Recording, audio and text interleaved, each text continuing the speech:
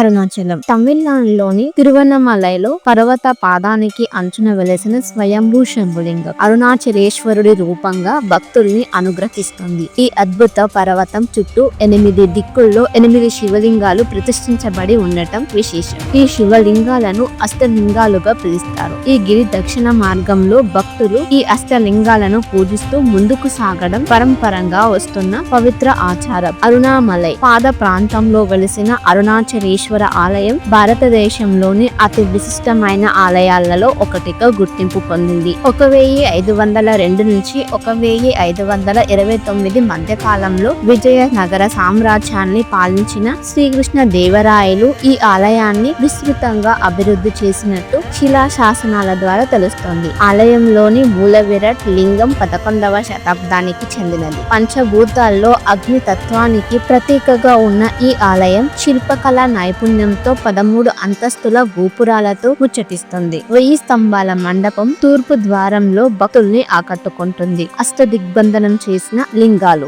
మొదటగా తూర్పు ఇంద్రలింగం. ఇంద్రుడు దేవతల రాజుగా తూర్పు దిక్కును పాలిస్తాడు. ఇతని లింగం రథ విధిలో వెలసి ఉంటుంది. అజ్ఞానాన్ని తొలగించి విజ్ఞానాన్ని ప్రసాదించే ఇంద్రుడు 4 దంతాల ఐరావతంపై విహరిస్తాడు. ఆగ్నేయం అగ్నిలింగం. అగ్నిదేవుడు మానవుల యజ్ఞ ఫలాలను దేవతలకు చేర్చే వారధిగా నిలుస్తాడు. మేక వాహనంతో శేషాద్రి వీధుల్లో వెలసిన ఈ శివలింగం శక్తివంతమైన యజ్ఞ శుద్ధిని ప్రతిబింబిస్తుంది. దక్షిణం యమలింగం. మృత్యు అధిపతి అయిన యమధర్మరాజు ఈ దిక్కుకు అధిపతి. శ్మశాన సమీపంలో ఉన్న ఈ శివలింగం జీవన మరణ ధర్మాన్ని గుర్తు చేస్తుంది. మార్కండేయుడి కథతో పరశురాముడు యముడిని సంహరించిన ఇతిహాసం దీనికి గొప్ప ప్రాముఖ్యతను ఇస్తుంది. నైరుతి శివలింగం. రాగద్వేషాల మూలమైన నైరుతి రాక్షసుడు పాలించే ఈ దిక్కుల్లో శోణగిరి శాంతిమలై దాటి గిరివలం మార్గంలో ఈ లింగం స్థితమై ఉంటుంది. భవబంధాల నుండి విముక్తి కలిగించేది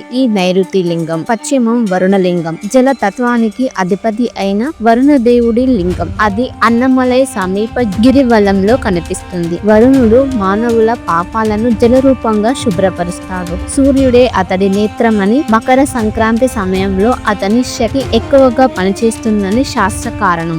వాయువ్యం వాయులింగం. వాయుదేవుడు ప్రాణవాయువు. శరవేగంగా జింక వాహనంపై పర్యటించే వాయుదేవుని లింగం గోశాలై గ్రామానికి సమీపంలో ఉంది. ఈ ఆలయంలో ఎప్పుడు వాయువు వీస్తుండడం ఒక శక్తి ప్రభావాన్ని సూచిస్తుంది. ఉత్తరం కుబేరలింగం. సంపదల దిక్కైన ఉత్తరాన్ని కుబేరుడు పాలిస్తూ ఉంటాడు. దేవతల ధన రక్షకుడైన ఇతని లింగం గిరివల మార్గత్యంలో నగర ప్రవేశానికి ముందు ఉంటుంది. కుబేరుడి ఆప్తమిత్రుడు శివుడు కావటం విశేషం.